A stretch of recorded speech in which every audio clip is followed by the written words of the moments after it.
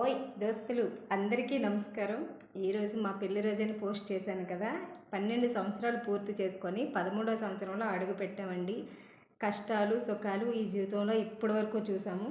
సుఖము చూసాము, కష్టము చూసాము, హ్యాపీగా ఉన్నాము ఇప్పటి వరకు. నా పెళ్లి రోజు తరపున భార్యాభర్తల గురించి మేము ఎలాగుంటాము కొంచెం మాట్లాడతాను. ఇంట్రెస్ట్ ఉంటే ఓ వీడియో వాచ్ చేయండి, లేదనుకుంటే ఇక్కడితోటే స్కిప్ చేసేవచ్చు. భార్యాభర్తల బంధం అనేది ఎప్పుడు కూడా అన్యోన్యంగా సంతోషంగా సాగిపోవాలంటే ఫస్ట్ ఈగోస్ వదిలేయాలి. నువ్వు ఇంతంటే నేను ఇంత అనే ఫీలింగ్తో ఉండకూడదు. భర్త సంపాదిస్తున్నాడు, నేనే సంపాదిస్తున్నాను ఇంట్లో అని చెప్పేసి ఆడదాన్ని చిన్న చూపు చూడకూడదు.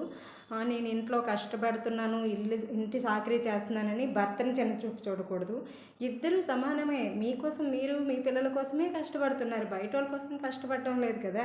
మీరు బతకడం కోసం, నీ భార్యను బతికించడం కోసం, నీ పిల్లల్ని అలాగే సేమ్ నీ భర్త కోసము నీ పిల్లల కోసమే కష్టపడుతున్నారు. కాబట్టి మధ్యలో ఈగోస్ ఎక్కడి నుంచి వస్తున్నాయి నాకు తెలియక అడుగుతున్నాను. ఈ ఈగోస్ వల్ల సగం మంది రియలైజ్ అయిపోయి విడాకుల వరకు వెళ్ళిపోతున్నారు అన్నమాట.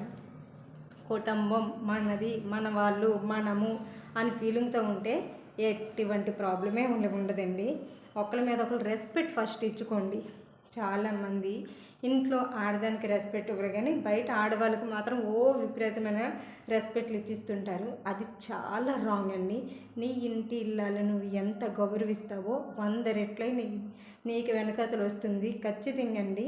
ఆడదానికి రెస్పెక్ట్ ఇస్తే ఎంత పొంగిపోతుందో, ఎంత సంతోషంగా చూసుకుంటుందో, ఎంత హ్యాపీగా చూసుకుంటుందో చెప్పలేము మాటల్లోనే. అంత పొంగిపోతుంది. భార్యకి ఏం కొనిచ్చినా ఏం ఇవ్వకపోయినా సరే భద్రతగా సంతోషంగా చూసుకుంటే సరిపోతుంది. మా జీవితంలో అయితే మా హస్బెండ్ విపరీతమైన కోపం అండి. అతనికి రీజన్ లేకుండా కోపం వచ్చేస్తుంది, సంబంధం లేకుండా కోపం వచ్చేస్తుంది. ముందు నుంచే కోపం ఏంటండి, నాకు చెప్పకుండా వీళ్ళు పెళ్లి చేసేసారు, అందరూ జడిసి వాళ్ళంట మా హస్బెండ్కి అంత కోపం అంట. అలాంటిది నేను కొన్నాళ్ళు తెలియక నేను కూడా ఫైట్ చేశాను. ఏజ్లో ఉండేటప్పుడు పెళ్ళైన కొత్తలో తిరిగి సమాధానం చెప్పడం, అతనికి అది తిరిగి సమాధానం చెప్పడం, ఒకవేళ అతను రాంగ్ వేలో వెళ్ళే సరే తిరిగి సమాధానం చెప్పకూడదు, అక్కడ మనం సైలెంట్ అయిపోవాలి. అలాగే నేను అదే అర్థం చేసుకొని అతను ఒకవేళ రాంగ్ వేలో మాట్లాడినా సరే తిరిగి సమాధానం చెప్పను, ఉండిపోతాను, సైలెంట్గా ఉండిపోతాను. అతనే రియలైజ్ అయ్యి అది రాంగ్, నేను చేసిన తప్పు అనుకొని అతనే మళ్ళీ రియలైజ్ అయిపోయి మామూలు అయిపోతారు అనమాట. అక్కడ నేను సమాధానం చెప్పాను ఇన్ కేసు అనుకోండి, అది పెద్దది అవుతుంది, సాగదీసిన చాలా పెద్దది అయిపోతుంది. అది అతని నుంచి నేను నేర్చుకున్నాను. అదొక్కటే అతనిలో ఉన్న బ్యాడ్ మిస్టేక్. కోపం, విపరీతమైన కోపం, రీజన్ లేని కోపం. కానీ హ్యాపీగా చూసుకుంటారండి, సంతోషంగా చూసుకుంటారు. ఇప్పటి వరకు ఆ కోపం తప్ప, అది కూడా నేను సమాధానం చెప్పకుండా సైలెంట్గా ఉండిపోతే మా మధ్య ఎటువంటి గొడవలే రావండి. అతనే రియలైజ్ అవుతారు, లేకపోతే నేను రియలైజ్ అయిపోతాను. అతను ఒకవేళ ఎక్కువసేపు కోపం పడితే ఇలాగ ఉండాలి. భార్యాభర్తలు అయిన తర్వాత గొడవ అయిందిలే అతనే పిలుస్తాడు, లేకపోతే లేదులే నేనెందుకు పిలాలి అని ఈగోస్ వదిలేయండి. సంసారం చేస్తున్నాము, భర్తతో ఉంటున్నాము, ఎందుకు ఈగోస్ చెప్పండి. ఎవరైనా తగ్గితే నువ్వే తగ్గావు అనేసి ఏమని అంటారేంటి? లేదు. అక్కడ బౌండింగ్ అనేది బాగుండాలి, సంతోషంగా ఉండాలి. ఇదండి మా జీవితంలో అయితే. నా నుంచి అయితే అతనికి ఎక్కువ కోపం ఏంటంటే అన్నీ మర్చిపోతుంటాను, పొడబొడ అవుతుంటాను, ఎక్కువగా మాట్లాడుతుంటాను, పిల్లల మీద ఎక్కువగా అరుస్తుంటాను. అతనికి అది నచ్చదు. ఫస్ట్ అది తగ్గించుకోమంటారు. ఎవరితోటైనా మాట్లాడేటప్పుడు గొడవలు పడక ఒక సాఫీగా మాట్లాడు, పద్ధతిగా మాట్లాడు అని చెప్తారు. అతని నుంచి నేను అది నేర్చుకున్నాను. అంతేనండి, ఇంకేం కాదు. మా జీవితం ఇలాగే సాగిపోతుంది.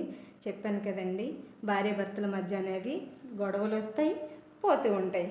దానికి గోరుతో పోయిందని గొడ్ల వరకు తీసుకెళ్ళొద్దు. సంతోషంగా హ్యాపీగా ఉండండి. ఇంకో విషయం ఏంటంటే ఫైనాన్షియల్గా మనం బాగా ఇబ్బంది పడుతుంటాం, అవునా కదా. ఫైనాన్షియల్గా ఇబ్బంది పడతాము, మనం ఎంజాయ్ చేస్తాము, మనమే తెచ్చుకుంటాము, మనమే ఖర్చు పెడతాము. దేవుడి మీద అంటుంటాం అన్నమాట, మన పరిస్థితి బాగాలేదు, మనం అప్పులు అయిపోయాము.